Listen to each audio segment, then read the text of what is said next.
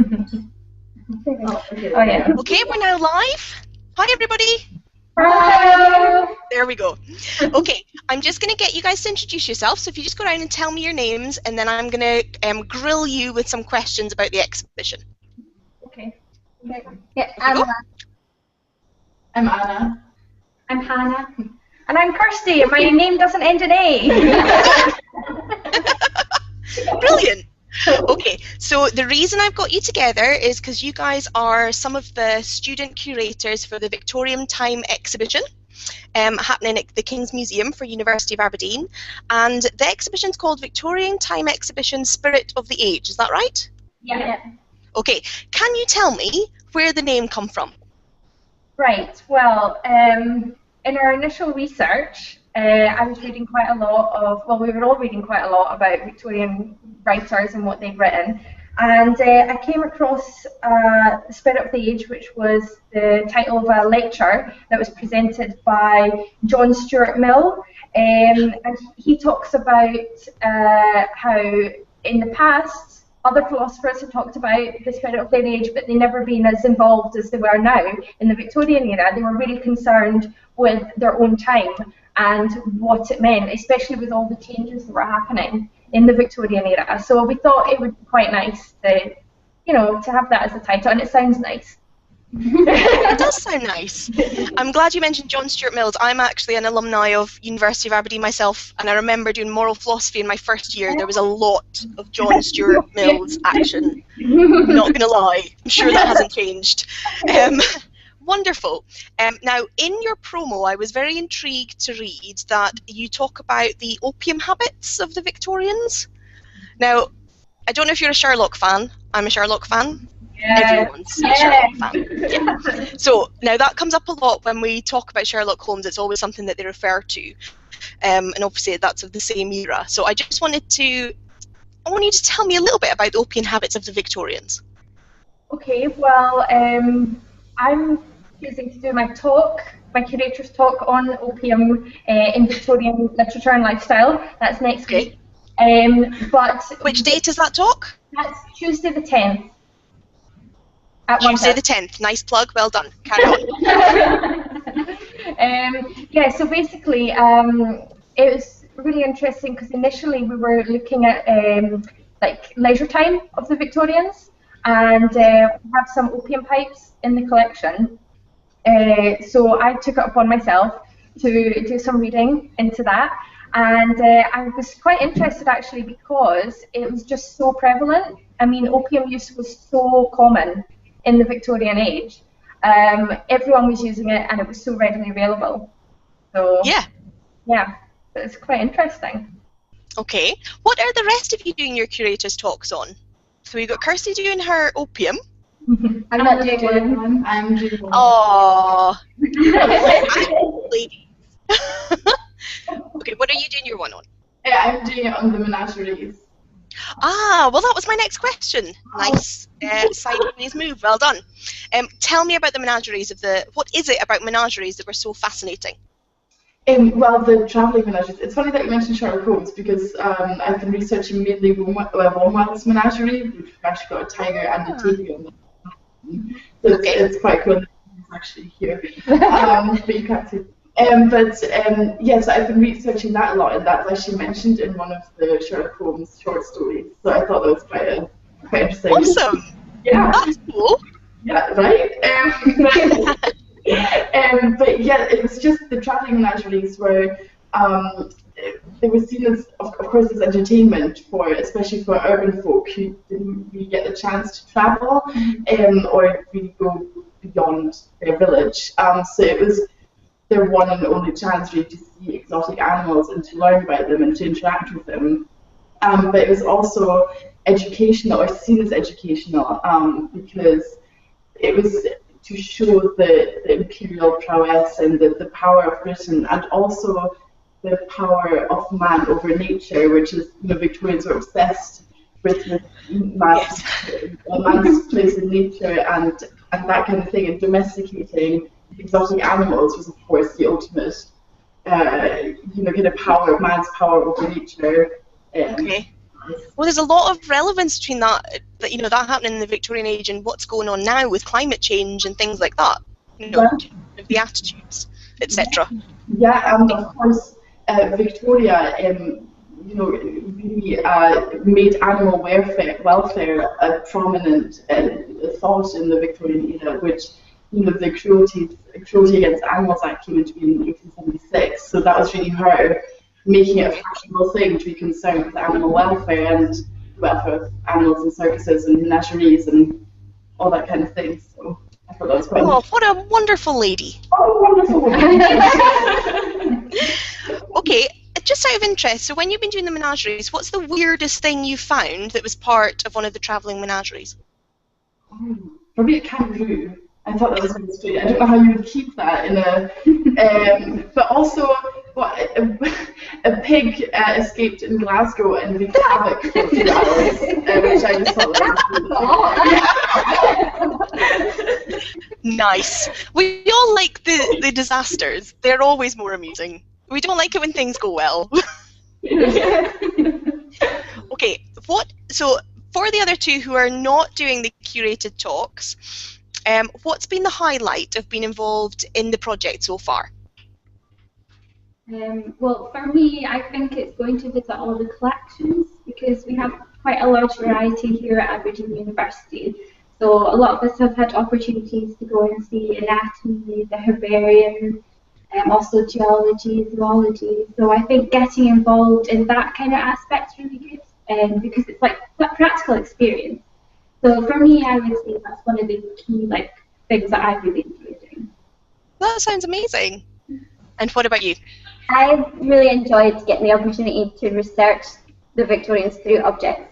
Because my background is in history, and it's nice to relate them to things and practical life experiences for them, and just understanding mentality a bit more. It's been really fun.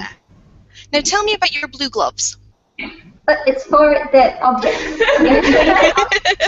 Are you sure it's not just a fashion accessory? I feel perhaps they're a little big. But Fair enough. Fair enough. Okay, now you've got two objects there that you want to tell us about, am I right? Yes, I do. Okay, cool. Right, let's see your first one. Okay, so I'll show you what is our star object. Ooh. It's a little pocket watch. I don't know whether. Oh. Yeah, I'm going to bring it up. Beautiful. So it's a gold pocket watch, which obviously fits with the theme of time, with timekeeping. But it also has a personal connection. It's a part of a statement piece. It was given as a retirement gift for a man who worked for, I can't remember who, but you could show. Well, you'll have to come to the exhibition to find out. Yes, there is a label. No spoilers. Okay. No spoilers. It was made here in Aberdeen, and it's just really nice to look at, but also to have the different connections with Aberdeen and with the railways. It's really nice. I remember when, well, I don't remember, but my parents used to tell me stories of when there was a railway between Aberdeen and where I'm from, Peterhead. But basically that railway line was just somewhere where I used to go and get lost and play around with, you know, the stuff that you shouldn't be playing with when you're little that is just health and safety gone mental. That's my experience of Aberdeen railways. Also, trying to get from London to Aberdeen takes too long. High speed. The Victorians would not have approved of how long it takes. What I love about reading about Victorians, and actually Victorian literature was something I really loved when I was doing literature at Aberdeen, and it's the kind of can't take no for an answer type attitude. That, you know, things can be done. I like that. So what is your second item? Right, this is a beautiful gold bracelet. Okay. Let me just Hold it up.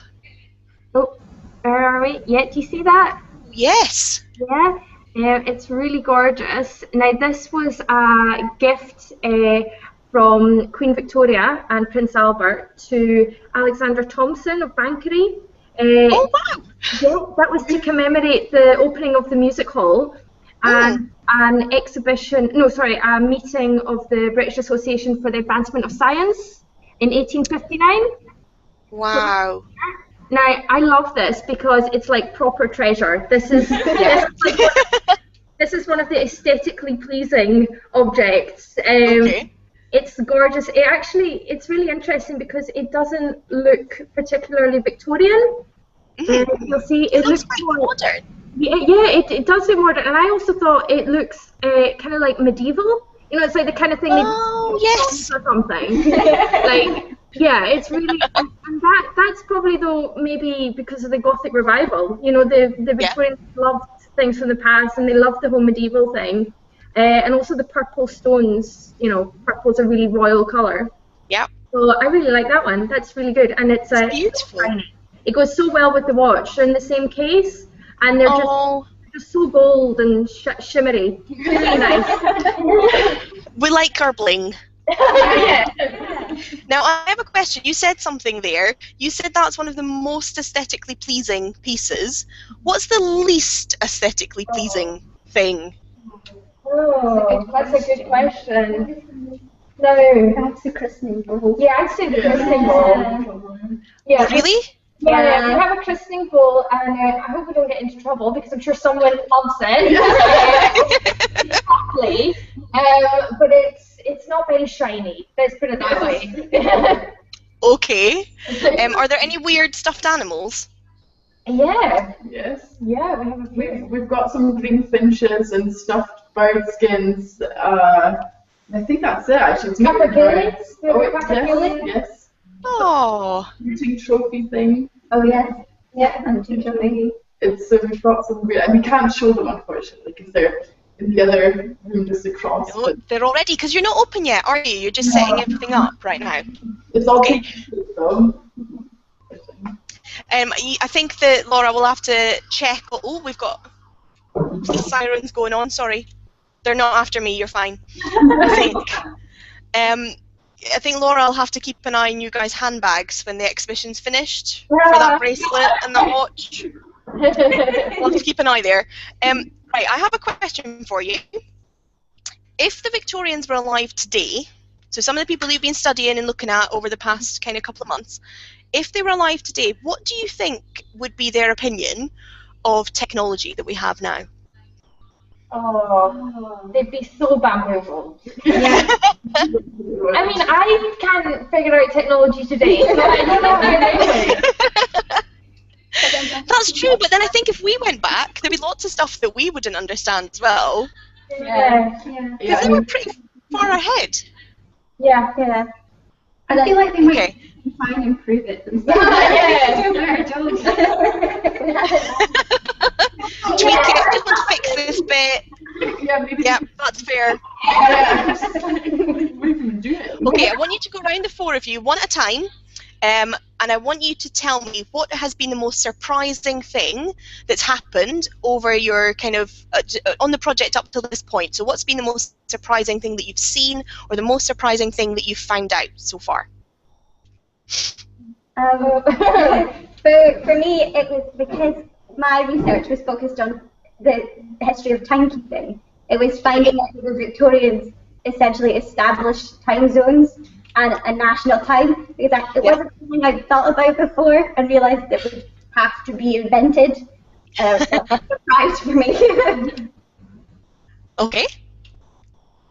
For me, I think it's the kind of Darwin and natural history, the fascination with it. I did some research on egg collecting, which was apparently a huge thing and really fashionable back then, which I just find completely baffling because what's interesting about eggs.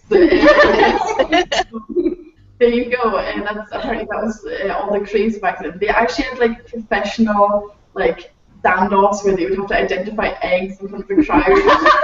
I don't really know what that's all about. Apparently that like a rap battle, but about eggs. Yeah, yes, kind of. That's odd.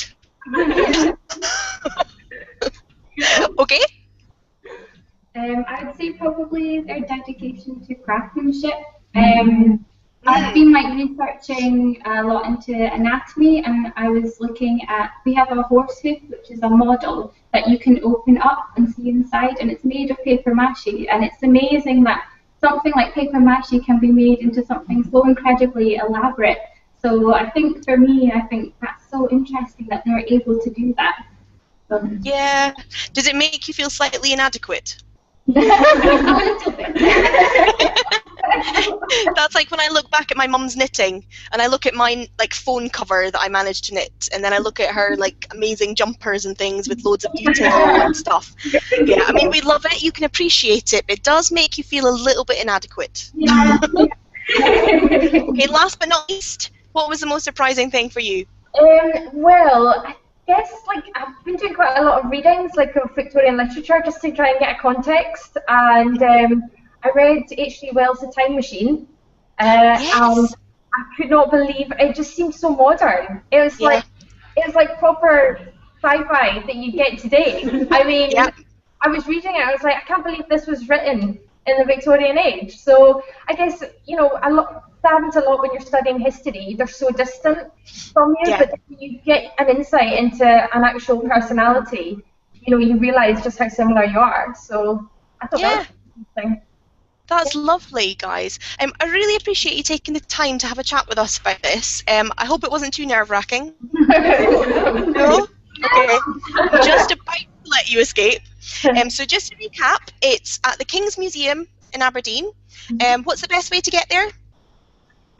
You can get a bus. Which number is the bus? 20. Get the number 20 bus, I remember it well. To the King's Museum. It kicks off on the 10th. So, and how many curated talks are going on during that week? What's happening? We've got 5. 5. One for each day of the week. So. Okay, perfect. What I'll do is I'll add a link to the event in the notes here on YouTube so that anyone who comes and sees this video can see all of the event details. But it kicks off on the 10th of June, and when does it run till? 19th of December. Yes. 19th of December. Yeah. So there's plenty of time. There's no excuse.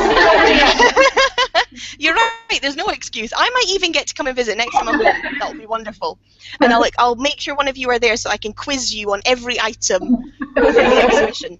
Okay, guys. Thank you so much for joining us. I'm going to click stop broadcast just now, but I'm going to ask you guys to stay exactly where you are. Okay. Just smile. And thank you to everyone for watching. Thank you.